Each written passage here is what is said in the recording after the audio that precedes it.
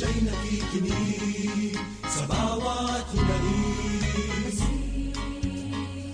Magandang buhay at mapagpalang umaga po sa inyong lahat.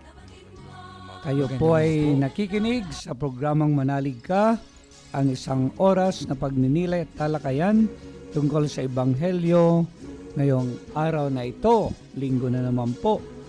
Tayo po ay napakikinggan ngayon sa radyo natin Gimba 105.3 FM at radyo natin San Jose 103.3 FM. Tayo rin po ay live na napapanood via live streaming sa www.dioceseofsanjose.org, www.rngonline.org. At alam po ninyo, good news nga po, may mga cable stations mga sa iba't ibang mga bayan na napapanood din po tayo ngayon. Kaya kaway tayo mga Rebs. So, hello po, magandang umaga. And of course, sa ating Facebook account, www.facebook.com/manaligka2006. Ito po ang inyong host ngayong araw na ito, ngayong araw ng linggo, ang paring Ilocano, ang Katolikong nagbabahay-bahay, ang inyong kabsat, si Father Bong Romano po. At muli po, nandito po ang Diakono sa Muñoz. Diakonyo Walang iba kung hindi si Reverend Ian.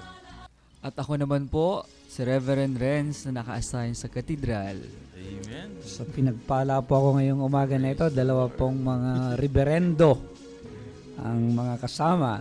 Naka-black pa po sila, naka-uniform. Bago po tayo tuluyang magpatuloy sa ating programa, tayo po muna ay hihingi ng tulong sa ating butihing Diyos, ang ating mapagpalang Diyos. Mananalangin po tayo na pangungunahan ni Reverend Ian. Sa ngalan ng Ama at ng Anak at ng Espiritu Santo. Amen. Ama naming mapagmahal, Diyos na bukal ng pag-ibig, kami po ay nagpupuri at nagpapasalamat sa pagkakataon na ipinagkaloob mo sa amin. At upang kami makatugon sa iyong buhay kabanalan at sa buhay pagbimisyon. Hinihiling po namin na sa likod ng aming kahinaan, kami po inyong patawarin at bigyan niyo po kami ng kalakasan upang mapaglabanan po namin ang aming mga kahinaan at ang kahinaang ito ay magdulot sa amin ng kalakasan sa aming pagbimisyon. Hinihiling po namin na patuloy niyo pong gabayan ang bawat isa na magkaroon ng kalakasan at katatagan at matuto kaming maglingkod hindi lamang sa mga taong naglilingkod sa amin, bagkus nandoon ang paglilingkod na nandoon ang pagtanggap sa lahat ng pagsubok ng paglilingkod. Hinihiling po namin ito sa ngalan po ng inyong banal na pangalan at sa tulong po ng inyong mahal na inang si Maria. Sa ngalan ng Ama at ng Anak at ng Espiritu Santo. Amen. So maraming salamat sa panalangin. Ngayon naman po ay babasahin ang Ebanghelyo ngayong linggo na ito, ika-13 po ng Setyembre 2015 at nasa ika-24 na linggo na po tayo ngayon sa ordinaryong panahon. So babasahin po ngayon ni Reverend Renz. Sumainyo ang Panginoon. At sumayo rin. Ang mabuting balita ng Panginoon ayon kay San Marcos. Papuri sa iyo, Panginoon. Pumunta si Jesus kasama ang kanyang mga alagad sa mga nayon ng Cesarea ni Filipo. At habang nasa daay, tinanong niya ang kanyang mga alagad, "Sino raw ako ayon sa mga tao?"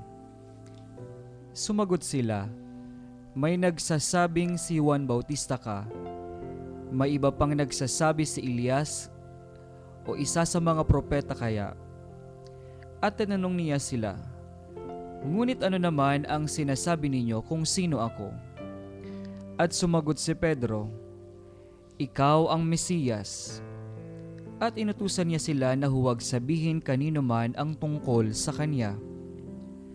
At sinimulan niyang ituro sa kanila na kailangang magtiis ng marami ang anak ng tao. Itatakwil nga siya ng mga matatanda ng bayan at ng mga punong pari at ng mga guro ng batas.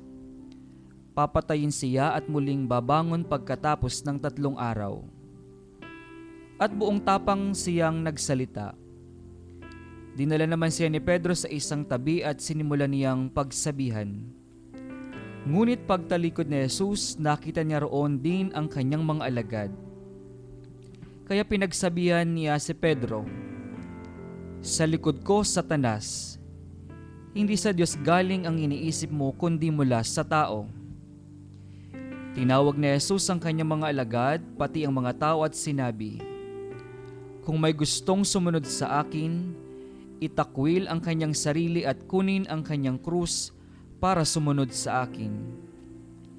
Sapagkat ang naghahangad na magligtas ng kanyang sarili ay mawawalan nito, at ang mawawalan nito alang-alang sa akin at sa Ebanghelyo ang magliligtas nito." Ang mabuting balita ng Panginoon. Pinupuri ka namin, Panginoong Heso Kristo. So maraming salamat, Reverend Ian, sa panalangin at ganoon din Reverend Renz sa pagbasa sa ating Ebanghelyo. At ito na naman po, linggo na naman, at isang nakaugalian na nga po natin sa programang ito na pagnilayan po yung Ebanghelyo. At itong tatalakayin nga po natin na Ebanghelyo ay naglalakad po yung mga alagad sa tinatawag na lugar na Caesarea Philippi, Cesario ng Pilipos. Sa isang lugar po yon. Mamaya, tatalakayin po natin yon na isang paganong lugar. At tinanong ng Panginoon, sabi niya, "Who do people say that I am?" Sino ako sa palagay ng mga tao? At nagbigay nga po ng mga tanong. Sabi nila, kayo po si John the Baptist, o kaya kayo si Elijah. At nung tinuon kay Peter, nung tinanong yung mga alagad, "Kayo ba? Sino ako?" At nagsalita si Peter, sabi niya, "Ikaw yung Kristo." So, yun yung pagpapahayag na si Jesus ay yung hinihinday nila na Mesias na naipahayag ni Peter. Pero biglang-bigla nung sabihin ng Panginoon kung ano yung pagkahulugan ng pagiging Mesias, siya ay huhulihin, pahirapan, papatahin. Sabi niya, hindi pwede yan. Oo nga po. Kaya nagalit yung Panginoon. Sabi niya, hadlang ka sa... Umali. Kaya ngayon, sabi nga ng Panginoon, yung sino mang gustong sumunod sa akin, ay tandaan ninyo, sabi niya, limutin niya ang kanyang sarili, pasanin ng kanyang krus at sumunod sa akin. So ito po yung pagninilayan natin nito dahil hamon po talaga sa atin yung way of Christ, yung pamamaraan ni Kristo ngayon, yung hinahamon po sa atin bilang pagsunod sa Kanya. Kaya minamahal na mga kapatid, wag po kayong alis at magbabalik po ang programang Manalig Ka.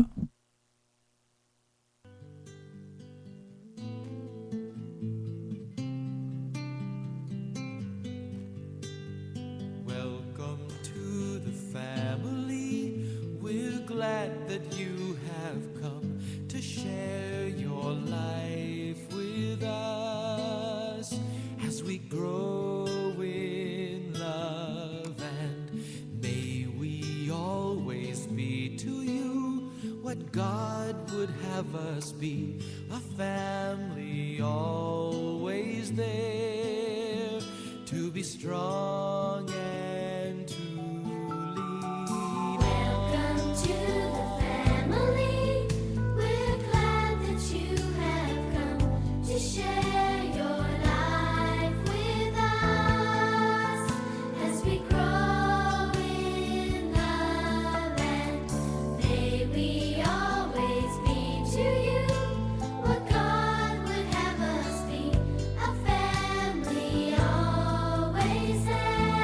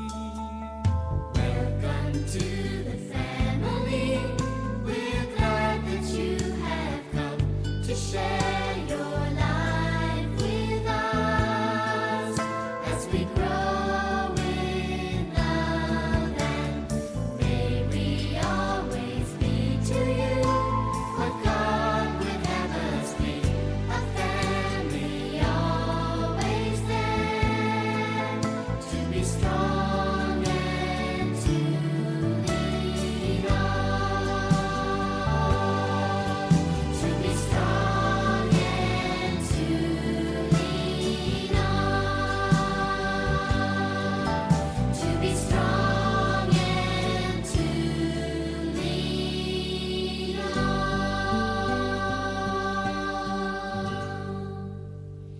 Nagbabalik po ang programang Manalig Ka. Ito po ang inyong kabsat, ang paring Ilocanong nagbabahay-bahay, si Father Bong Romano po. At narito po ang diakono ng Muñoz, Reverend Ian Andal. At Reverend Renz naman ang naka-assign na diakono sa katedral. Yes, at Amen. nandito na naman po tayo para nga po talakayin, pagnilayan, sama-samang magdarasal po para lumalim yung pangunawa natin sa Ebanghelyo, para lumalim po yung pangunawa po natin kay Jesus dahil siya nga po yung ating sinusundan. So, ngayon po ay dadako tayo sa mga reflection natin at sana nga po ay makinig po tayong mabuti para may mapulot po tayo na makakahamon sa ating pananampalataya. At kagaya nga po ng binasa natin, makikita po natin dito na yung Panginoon at yung kanyang alagad ay naglalakad doon sa isang lugar. Reb, ano na yung lugar? Caesarea na sakop ng Pilipos. Iyon, Caesarea Philippi. At alam po ninyo, sa pag-aaral sa lugar na ito, ang lugar na ito ay isang lugar ng mga pagano. Oo nga po. Sumasamba sila sa Diyos-Diyosan. Hindi nila kinikilala si Yahweh. Pero ang very significant dito, sa isang lugar na pagano na hindi sila kumikilala sa tunay na Diyos, doon ngayon ipinahayag ni Peter yung pagkakilala niya kay Jesus bilang Kristo. Mhm. And of course, kapag ginagamit yung salitang Christ, ang ibig sabihin nun ay anointed. Ang ibig sabihin nun, yung tinatanggap mo siya bilang Panginoon mo at Diyos. Panginoon ko at Diyos ko. Oo nga po. Hindi ba? Kung minsan, hindi ba? Jesus Christ.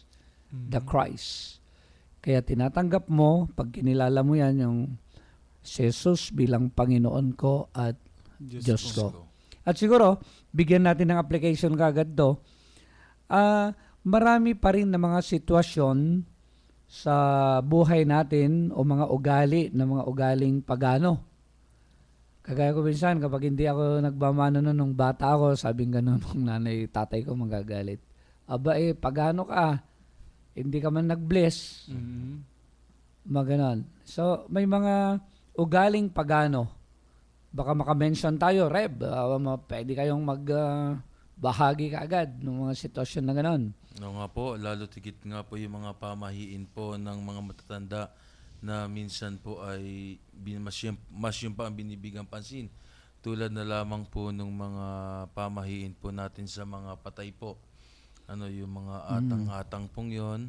Tapos nandun po yung bawal daw pagpatong-patungin ng mga pinggan, bawal maligo, bawal maglinis ng bahay. At ito po minsan yung minsang nabibigyan ng focus masyado sa atin na hindi man dapat yun ang bigyang pansin. Kung hindi ang dapat bigyan ng pansin ay kung ano yung mas mahalaga dun sa ating panampalatayang Kristiyano. So, yun.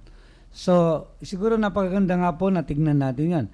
Pati yung mga ugali natin siguro, halimbawa bilang isang bansa, makita mo na sa pangalan tayo ay Kristiyano, pero niloloko naman nila tayo palagi na nangunguna sa korupsyon. Korupsyon. Mga ganon, yung pangalang Kristiyano, ngunit ugaling pagano. Mga ganon, na hindi naman natin lubos na maipakita yung pagsasabuhay natin ng ating pananalig. Oo nga po. Oo, at kung minsan din, limbawa yung mga ugali natin ng mga Katoliko din, limbawa siguro, limbawa yung kakain na kayo, Tapos wala man lamang nagdarasal. Nakakalimutan magdasal. Oo, at halimbawa biglang-bigla sabi mo naging matapang yung loob mo at sabi mo, oy, teka, nanay, tatay, magdasal muna tayo bago kumain. Kapag ginagawa mo yon, dito ka nagiging katulad ni Kristo. Ay no, ni Peter, Ni Pedro. na naipapahayag mo ang iyong pananampalataya. Pananampalataya. Kaya napakaganda po yung first point natin, yung pagninilay po natin, ay nabinyagan po tayo ng Kristiyano, pero baka marami pa yung mga ugaling pagano na hindi natin namamalayan na nagagawa pa rin natin. Mhm. At ito po yung pinapaalala. At nawa, lubos na tumingkad na maipakilala natin yung ating pananampalataya. Kaya alam po ninyo ako, it's my devotion na magbuhat pa ng seminaryan ako, na nagsusot ng cross. Amen. Palagi, parang pag hindi ko Amen. na isinusot to, parang nararamdaman ko na parang may kulang. Kung minsan natatawa ko dahil yung mga kabataan, isinusot nila yung pangil, mga ganon, o kaya mga shell. Mga shell, mga ganon. Pero sabi ko, baka simple witnessing na magsuot talaga tayo ng mga ganito na makikilala yung ating pagiging Katoliko. Pero kung minsan, no, daming nagsusuot ng anong tawag dito? Yung Rosary po. hindi, anong Kwintas. tawag? Kwintas. Kwintas. Ang daming nagsusuot ng kwintas na walang symbol Mhm. sa tinatawag na Christianity. Nung una nahiya ako Baka sabihin nila Katoliko ako. Sabi ko. Pero sabi ko, maliit na bagay na maipakita ko talaga yung aking pananampalataya sa paganong sitwasyon, sa material, yung over-secularized na sitwasyon ngayon. Oo nga po. So, yun, napaganda po na pagnilayan po natin. And of course, yung napaganda, tignan din natin nung tinanungan ng ating Panginoon kung sino siya, sabing gano'n, kayo daw po si Juan Bautista. At yung iba naman ay nagsasabi na kayo daw ay si Elias. Elias. So tignan mo, yung nakakatawa, yung siguro kung minsan din, tayo din, pag babansagan na gano'n, o kaya i-compare nila tayo sa mga magigiting na tao, ay yung matutuwa tayo. Halimbawa, one time pinipilit akong paaminin mga reverendo. Ako daw ba si Fernando po? Pwede. Hindi nga, nagalit nga yung kapatid ko Bakit pumapayag ka? Sabi niya, yung tanda na nun. So yung mga ganon. Pero dito, ano kayang character ni Jesus na nakikita sa kanya? Ano yung character yung si John the Baptist? Ano ba yung pagkakaalam niyo tungkol kay John the Baptist? Okay, si Saint John the Baptist po ay isang matuwid na tao. Ano po, talagang pinapakita niya kung ano yung dapat gawin ng isang mabuting tao. Ano po, nandun ang tapang, nandun ang lakas ng loob na itama niya yung mga bagay na dapat itama sa mga taong gumagawa ng kamalian. Nandun Both, yung tapang. pareho sila prophet, ano? Yes. Maganda din sinabi ni Reverend Ian na ito ay dahil matapang. Siguro bunga din ito yung dahil siya ay tagasunod ni Kristo, walang sinisino kasi may pinaniniwalaan siya na alam niyang tama yung kanyang ginagawa. Kaya matapang si Juan Bautista. At yung maganda dito, yung ikino-compare siya sa mga naunang propeta na handang ibigay yung buhay. Amen. Yung taos, lubos at ubos talaga. At ganoon nga yung kakayahan ng Panginoon na handang ibigay yung kanyang buhay para sa atin at sa pananampalataya. So napakaganda rin po na pagnilayan yun, no? Yung mga magagandang katangian natin na sana matandaan ng tao. Mhm. Yung maikumpara tayo na gano'n, yung legacy natin pag tinatawag na mamatay na tayo, yung gano'n. So, yon, napakahalaga po yon na pagnilayan din natin. Kaya ako nga kasi tumatanda na ako na pare. Pag may nagtatanong sa akin, yung hinomilingan ni Reverend Ian, ano yung gustong matandaan din sa akin bilang pare. So, 3 yung yung senior ko sa kanya. Una, yung matandaan sana ako na pare na talagang nagmamahal sa Holy Eucharist. Amen. Kasi lalo na nung dalawa kami ni Father Tito, pag hindi wala akong misa, lalo na mga ordinary days, mga Monday, Tuesday, talagang hindi ako matutulog hanggat hindi ako nakapagmisa sa Kristi. Mhm. Yung gano'n, yung tatawagin ko si Imo, yung sakristan, o kaya si Vincent, sabi ko, samahan ninyo ako na hindi pwede na lumipas yung araw na hindi ako nakapag-celebrate ng mas. Ang daming dapat na ipanalangin. So, mga ganun. So, yun yung kinukan ko. Sana yung bago ako kunin ni Lord, talagang maramdaman ko at maramdaman ng Panginoon na talagang minamahal ko siya sa banal na Eucharistia. And of course, yung pangalawa nga, yung sabi ko, yung I have to form myself, especially during this time that we celebrate yung Year of the Poor. Amen. Formation to eh. Mhm. Nahubogin ka talaga kung paano ka magmahal sa mga mahirap na totoo. At napakahirap ito kasi ang tingin natin sa mahirap, yung napakatindi sa atin kung minsan to discriminate them, wala kang gagawing programa. Oo nga po. Kinakantsawa nga kami nung isang madre, kung minsan, sabi kahit tignan nyo, Father, yung mga accounts ninyo, nakalagay, mga personal accounts ninyo, minsan nakalagay lang dyan, mga expenses ninyo, bumili ng pantalon, gamot, pang-load, subscription sa internet, pero magkano talaga yung charity ninyo every month? Mhm. Yung mga ganun. At sa parokya din, di ba?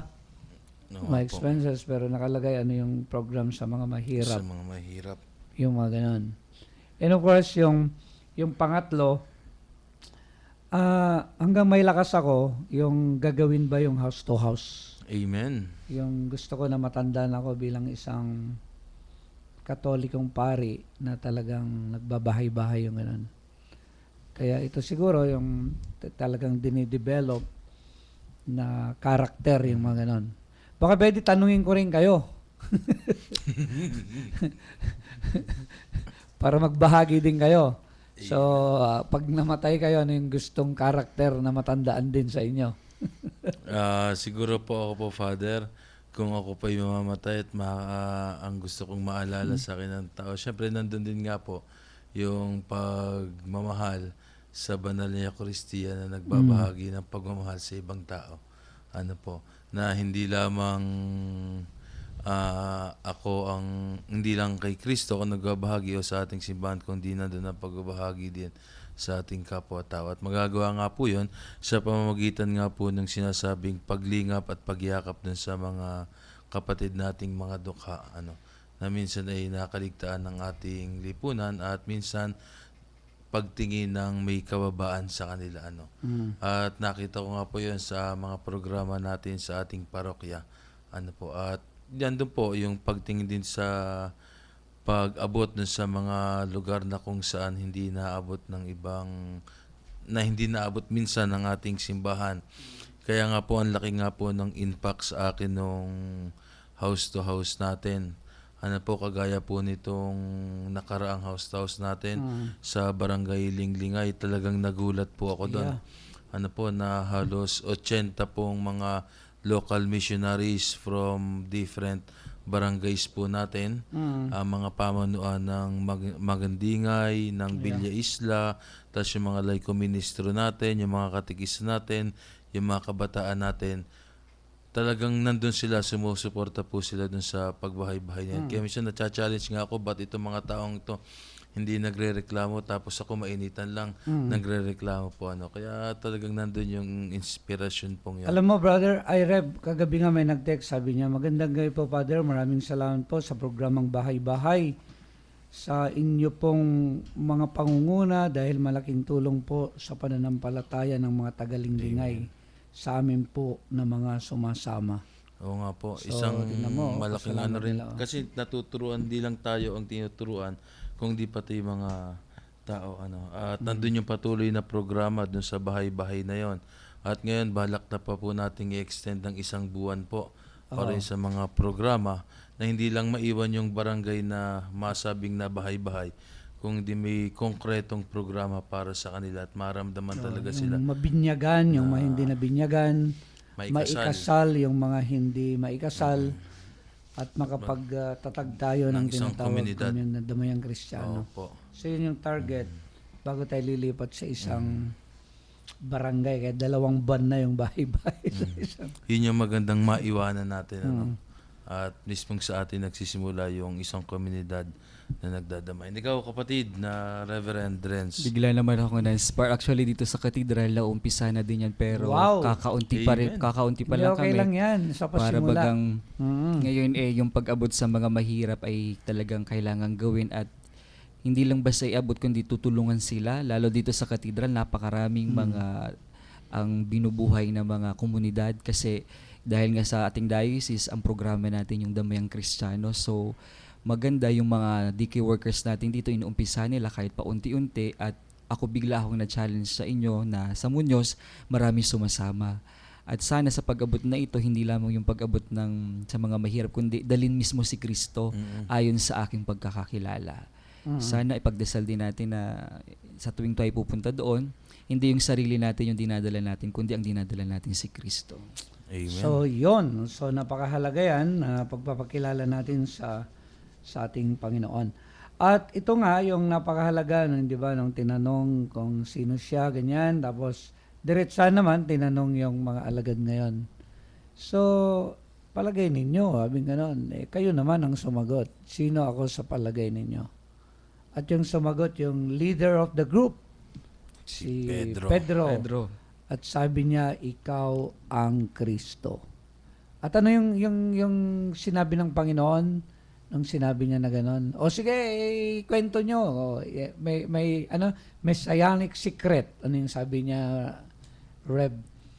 Nung sinabi niya na ikaw si Ikaw si Kristo. Kristo. At inutusan niya sila na Ayun. huwag sabihin kanino man ang tungkol sa Ayun, Kanya. oo. Kasi napakahalaga yon, baka ma-misinterpret nila kung ano yung pagiging Kristo. Kaya yung tinatawag na messianic secret, yung hayaan mong mag-reveal ito paunti-unti at maunawaan kung ano yung pagkaunawa mo sa pagiging Kristo, kung ano yung pananampalataya mo sa pagiging Kristo.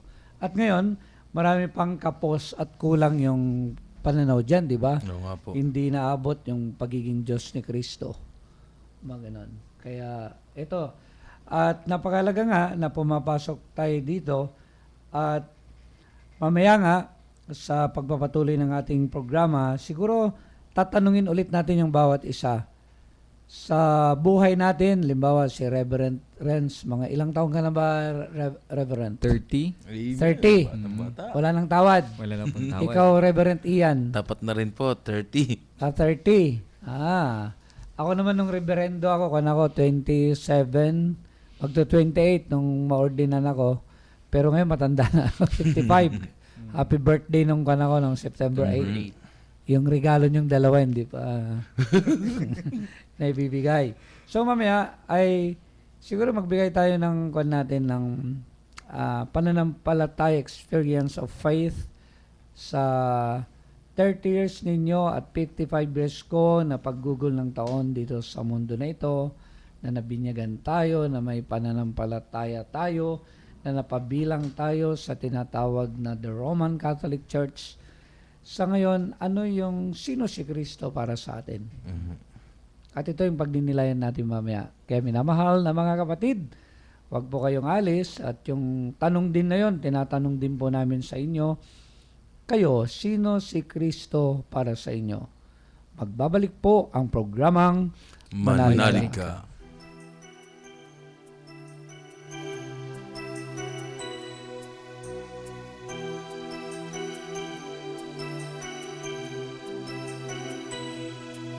Nag-iisa at nalulumay dahil sa hirap mong tinataglay.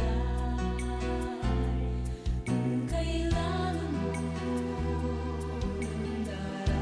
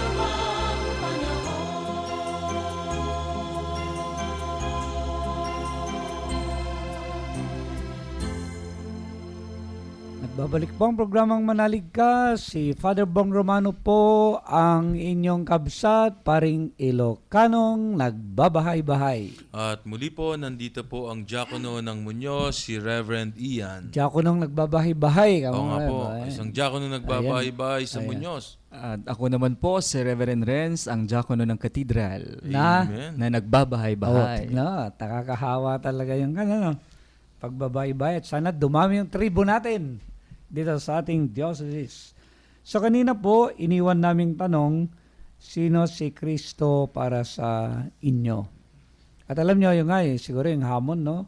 Ilang Pasko na pinagdiriwang, di ba? Ilang mahal na araw na pinagdiriwang na nakatuon palagi kay Kristo. Ilang misa na yung ipinagdiwang. So, ang dami na rin. Ilang seminar na narinig natin yung pangalan ni Kristo. At siguro, napagandang tanong na sa bawat isa sa atin. Ngayon, para sa inyo, sino si Kristo? So, tanungin po natin yung dalawang diakono. So, sinong mauna sa inyo? Sige, So, Reverend. Reverend. Siguro akin po, sino si Kristo para sa akin? Si Kristo sa akin, buhay. Yung simula pagkagising, siya yung nagbigay ng buhay hanggang sa bago matulog. Very significant sa akin kasi simula nung ako ay pinanganak, itong buhay na ito hanggang ngayon, yan ang patuloy niya binibigay sa akin. At kung wala din naman yung binigay niyang buhay, wala rin ako. Kaya buhay na nagmula sa kanya, buhay na ibinigay sa akin, at buhay ding ibabalik ko sa kanya at ibabahagi sa iba bilang isang nagpapari. Yun po. Amen. Okay. Para po sa akin, kung sino si Jesus, at para po sa akin, siya po yung isang tunay na kaibigan. Ano po, dahil pag sinabing kaibigan at lalo tigit yung tunay na kaibigan, ito daw yung mga tao na kung saan ay hindi ka lang mamahalin sa oras na ikaw ay kamahal-mahal, kundi bagkos nandun yung sinasabing pagmamahal sa likod ng ating kahinaan. Nandun yung naramdaman ko kay Jesus, yung pagtatama sa akin. Lalo tigit yung mga bagay na dapat itama sa akin at gumagamit siya ng ibang tao para itama sa akin at itama ako at para ako'y maging karapat-dapat na maging kaibigan din niya. Tapos nandun din po yung sinasabing estado na nagpapaalaala kung ano yung dapat kong gawin bilang isang tao. At siguro nandun din yung kaibigan na kapag may problema, masasabihan mo, nandun yung kaibigan na magpapayo sa'yo, sasabihin sa'yo kung ano yung mas magandang gawin na minsan nakala natin na hindi magandang gawin. At minsan yun yung pamaraan na ni Jesus sa aking buhay na itinatama ako sa pamamagitan ng isang kaibigan. Kaya nandun yung sinasabing, ito yung tunay na kaibigan. Laging nandyan na nagmamahal, nandyan nagtatama, nandyan nagpapatawad, at walang sawa na tayong mahalin sa likod ng ating kahinaan. Ano po? Yeah. Ako naman, yung one time nagbigay ako ng recollection sa mga high school, gumawa ako ng acronym ng Jesus para mas maunawaan nila. Sabi ko, yung letter J ay itong Kristo na ito, siya yung nagbibigay talaga ng saya. Opo. Sa totoo lang, sabi ko, akala ko na yung makakapagbigay lang ng saya, yung may asawa ka, yung may trabaho ka. Pero, konkreto rin pala itong Jesus na ito, may mukha siya, may pangalan, na makakapagbigay ng saya sa'yo. At, pwede siyang mahalin. Opo. Kaya yung ligaya na yan na hinahanap natin, na happiness na hinahanap natin, ay maibibigay talaga ni Jesus. So yung letter E, sabi ko sa kanila, yung para sa akin, itong Jesus na ito, yung palagi nagbibigay ng extra challenge. Akala ko nun, yung pagpapari ay magawa mo yung sakramento, yung temple priest ka, kapag misa, ganyan, di pala, sabi yung gano'n. Ang dahil po palang dapat gawin, yung mag-involve ka sa community, mag-house to house ka, titignan mo yung mga may sakit, mga nasa bilangguan, lalo dito kami sa katedral ng San Jose, yung naumpisahan yung prison apostolate, mga ganyan. Dami yung extra challenge. Kaya pala yung church natin palagi, yung mga Holy Fathers natin, yung mga Santo Papa, i-declare nila year of faith. Opo. Hahamunin ka sa pananampalataya. I-declare nila year of the poor. Biro mo, para lingapin mo yung mga mahirap. I-declare nila, ito na naman, this coming November, I think, i-declare yung year of mercy. Mercy. Para talagang yung habag mo, mga ganyan. So itong Jesus na ito ay talagang yung hamon sa inyo, yung E niya ay extra challenge. Pero may hamon sa inyo, Rebs, ay hindi kayo mag-asawa. Hindi ba napaka extra challenge yon ng common na ginagawa ng mga tao ngayon, mga kabataan ay nag-aasawa, di ba? Tapos, yun lang lisanin natin yung pamilya natin, napakahirap Oo nga yun. po. So, at dapat matanggap natin na itong Jesus na ito ay palagi nag-extra challenge sa buhay natin. And of course, yung letter S, yung itong Jesus na ito, yung bibigyan ka ng satisfaction. Kaya nga yung mga naunang santo, si Saint Therese, nakapicture nga dito nang pumunta kami sa Carmelite doon sa, anong tawag doon, sa Angeles. God alone suffices. Opo. Sa Carmelite Monastery po. Oo, si St. Francis din, ganun sabi niya. Si Jesus ay sapat na. Solo Dios basta, sabi nila yung ganun. Yung basta masasatisfy ka na talaga kapag pinagtuunan mo itong Jesus na ito. So yung letter U ay understanding, yung right understanding. Yung pag talagang nag-commit ka kay Jesus, yung masusundan mo yung will niya, yung right, yung God's will, yung right understanding, malalaman mo talaga kung ano yung tama at kung ano yung mali. Kasi ang dami ngayon, di man nila alam na mali na ginagawa pa. Oo nga po. Yun daw ang problema ngayon ng mundo. Yung the loss of the sense of sin. Wala ka ng sense na masama pala yung ginagawa mo. Oo nga po. Pero yon kapag talagang dumikit ka kay Jesus, maunawa mo yung right understanding kung paano ka talaga mabuhay dito na nakasunod sa Kanya. Kaya hindi pwedeng humiwalay kay Jesus. So tayo nga na malapit na kay Jesus, gumagawa pa ng mali. Di lalo na talaga kung malayo ka sa Kanya. Kaya ito po yung hamon. And then of course, yung letter S ay salvation. Walang ibang makakapagligtas sa atin. Walang ibang makakapagdala sa atin sa langit kundi si Jesus. The way, the Amen. truth, and the The life. life. And of course, the final judge, the King of Kings, palagihan ay si Jesus. So kaya for me, Jesus, yung acronym ay yung joy, extra challenge, satisfaction, understanding, God's will, right understanding, and salvation. So, pwede nang pang-lecture yun, ano? Amen. So, yun po. At ito rin po siguro yung hamon sa atin, kayo po ng mga nakikinig ngayon. Sino po si Jesus sa inyo? Yung iba, yung mga kabataan, sabi nila, Jesus is my friend. Jesus is my Savior. Ano pa ba yung mga naririnig niyo? Sige nga, puro Jesus nga tayo ngayon. Jesus. Is my salvation. It's Next. my strength. Jesus is my Amen. strength. Yeah, Jesus is my power. Ano pa? Jesus the way. Jesus the way, the truth, and the life. Amen. Ano pa? Si Jesus ang lahat sa buhay, kaya may saya. O, ganun, di Amen. ba? Nakala kinakanta. Kantayin namin yan ni Brother Frankie. So, napakarami na masasabi natin. Jesus, the bread of life. Jesus, the Eucharist. Jesus is the Son of God. Ano pa ba? Jesus, the Son of Mary. Ano pa? Jesus, my Lord and my God. Amen. Ano pa? Amen. Amen. Praise the Lord. So, praise the Lord. Praise Jesus. Yan, kamisan. Ang dami talaga natin na naririnig na gano'n. So, sana po, ngayong linggo po na ito ay magtuon po tayo kay Jesus at napakahalaga nga po ay maging bukang bibig natin itong linggo na ito si Jesus. Jesus. Lalo na nung bata kami, yung bukang bibig ng nanay ko Jesus, Maria, Kasi, ayan. Marios. Jesus, Maria, Joseph, Mm. At least nakaka-remind yung about our faith.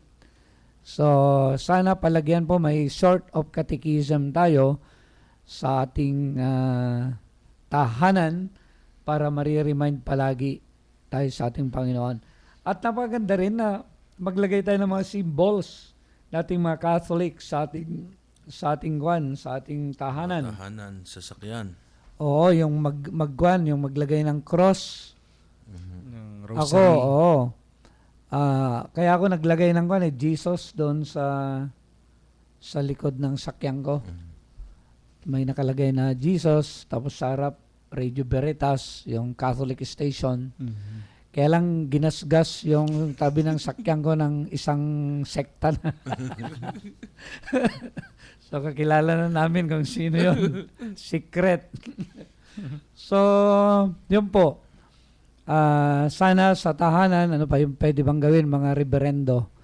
Altar, Mini altar. mga ganon, Ano yung po? mga images ni Jesus na kuan. Tapos, magsuot po tayo ng cross. Tayo ng mga Catholic as our trademark na bilang mga Katoliko. Sana maging matapang tayo Mhm. na ipakilala talaga. Yung magsuot tayo ng mga t-shirt na it will Nagpapakilala show sa our atin. faith or magpakilala tungkol kay Jesus. So ito na po yung mga kailangan na may mga manifestation tayo, pagpapakilala, pagpapahayag, pagpapakita Ng na ating- talagang kasi kung minsan tayo mismo ay Nahihiya. nahiya. Kaya sana magkaroon po tayo ng lakas ng loob.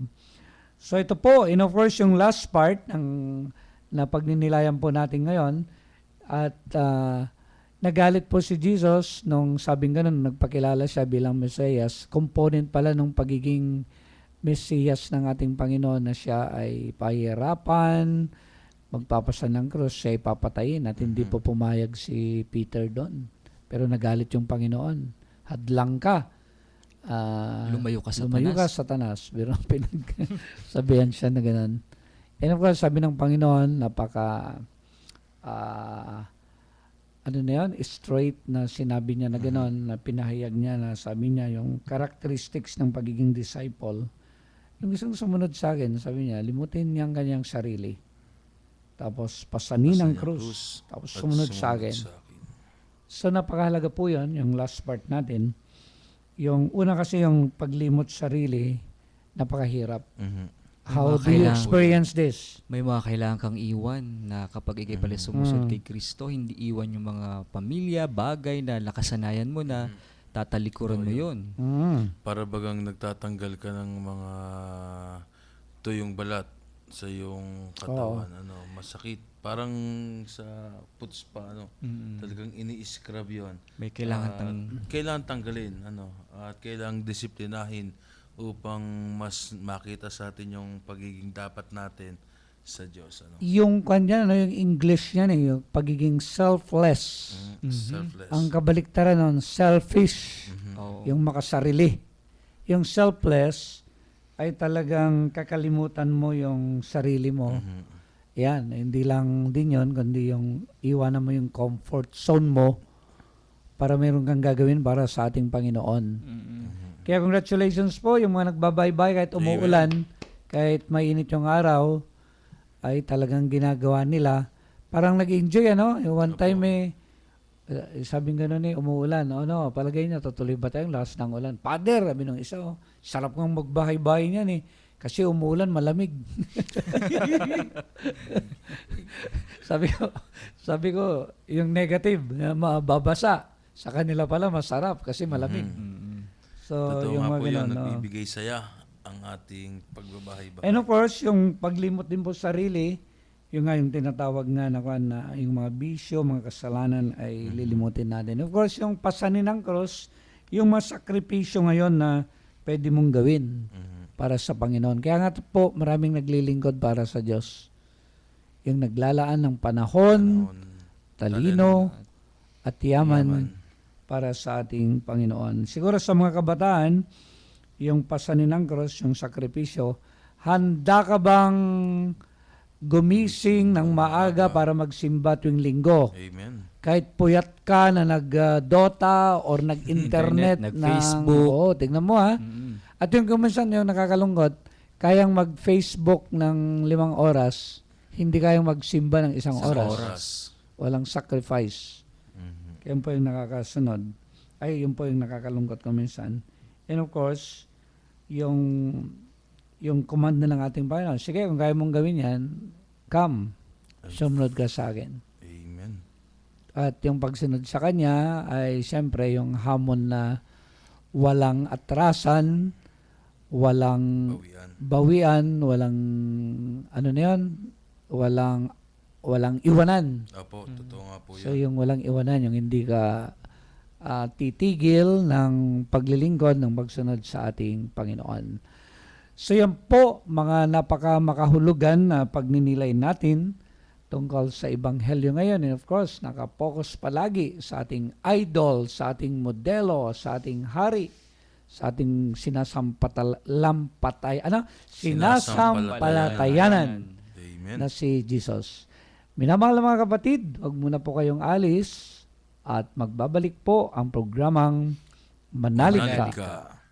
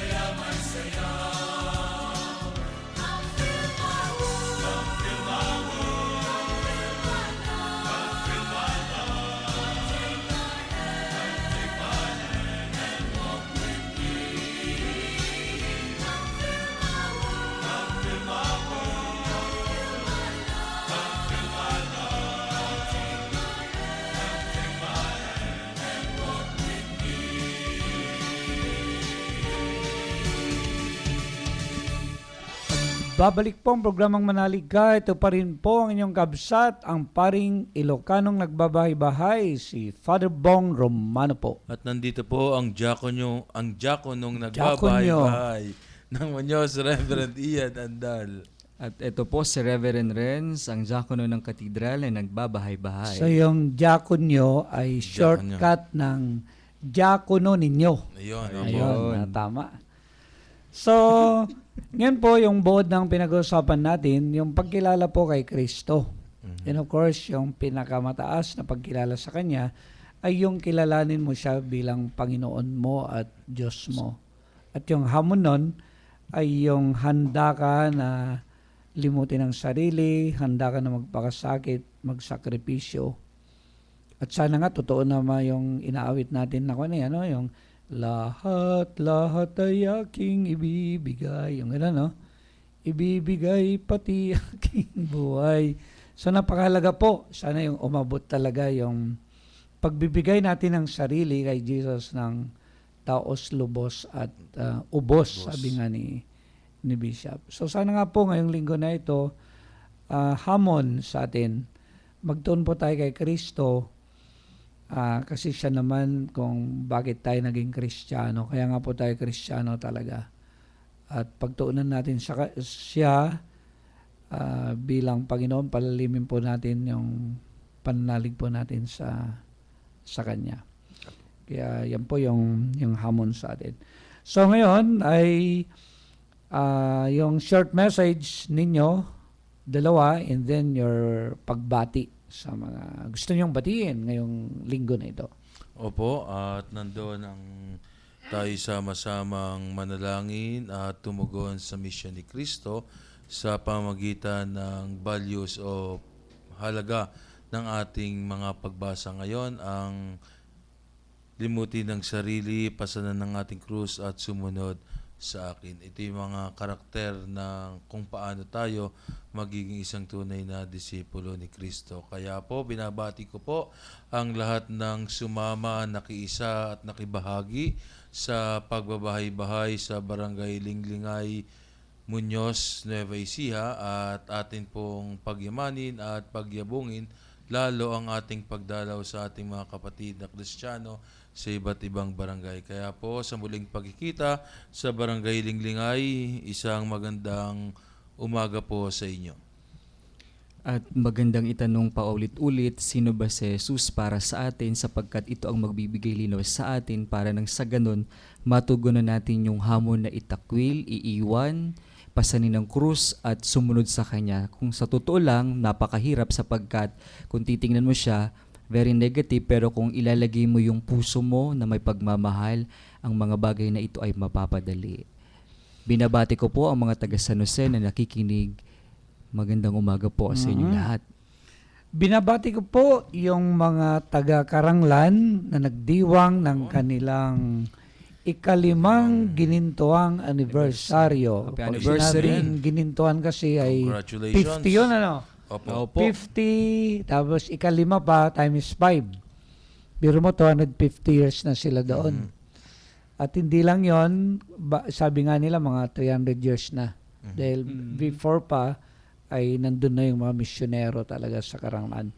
At makahulugan dahil pinagpala kami nung September 10 sa celebration ng San Nicolas, dahil nandun yung president ng Catholic Bishops Conference, si Archbishop Soc Villegas ng Lingayen, Dagupan. At ganoon din po, yung bishop ng Tarlac, iniwanan po niya yung dalawang parokya niya na nagpipiesta, yung malaking parokya, una yung Kapas, para makapunta lang doon sa Karanglan, dahil si Bishop Sinensi po ay taga Nueva Ecija, taga Gimba, at nakakatuwa po, very inspiring na makasama po yung bishop na taga Nueva Ecija para celebration po na ito. Kaya binabati ko po ulit yung mga taga Karanglan. So congratulations po, at ako rin natutuwa dahil sa 250 years na yon, kabahagi din ako doon, yung 5 taon.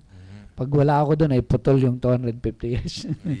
So yun yung unang parish ko, first love, mga experience ko sa pastoral, sa mga issue, katulad ng mga laging noon nung nandun ako, na mga hweting hanggang ngayon buhay pa. So mga landslide, mga gano'n, mga lumindol, nandun ako. So kaya nakakatuwa na makabalik doon, kaya nag-overnight po kami doon at nag-iisa sa celebration. So congratulations po sa mga taga Karanglan. So ngayon po, sa pagtatapos ng ating programa, inaanyayahan ko kayo na tapusin po natin ito sa pamamagitan po ng isang panalangin. Sa ngalan ng Ama, ng Anak, ng Espiritu Santo.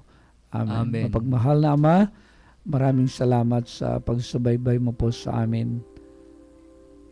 Nawa patuloy nga po na ilayo mo po kami sa banta panganib ng El Nino. At nawa Ama, bigyan mo po kami ng sapat na ulan. Alagaan mo ang aming mga pananim, lalo na po yung mga palay na nakalatag ngayon sa mga bukirin na napakaganda, Panginoon. Ilayo mo sa lahat ng kalamidad, lalo na sa malakas na bagyo. At bigyan mo po kami ng masagana at maraming ani sa hinaharap. Panginoong Yesus, tulungan mo po kami na makilala ka ng lubos. Marami po kaming mga pagkukulang. Maraming pagkakataon na hindi kami nagsusumikap upang kilalanin ka. Tulungan mo kami upang tunay na maging malapit po kami sa iyo. Tulungan po kami upang matuto kami na limutin ang aming sarili, pasanin ang aming krus, at tunay na sumunod sa iyo. Iniling namin ang lahat ng panalangin ito sa iyong pagpapala. Amen. Sa ngalan ng Ama, ng Anak, at ng Espiritu Santo. Amen. Amen. At muli po, nandito po ang inyong diakonong nagbabahay-bahay, si Reverend Ian Andal. At ito po si Reverend Renz, ang diakono ng katedral. Ang inyo pong gabsat, si Father Bong Romano, ang paring Ilocanong nagbabahay-bahay. Diyos ti agnina, kada kayo amin apo.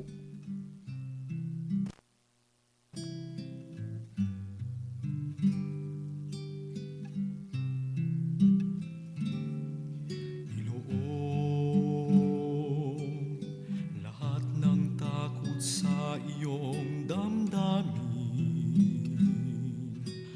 Ang pangalan niya lagi ang tawagin at siya'y nakikinig sa bawat hinaing.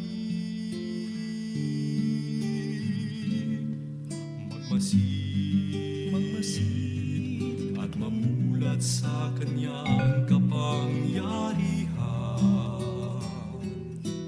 Nabatid mo ba na siya'y naglalaan, patuloy na naghahatid ng tunay na kalayaan? Manalig ka, tuyuin ang luha sa mga mata. Hindi siya panaginip, hindi siya isang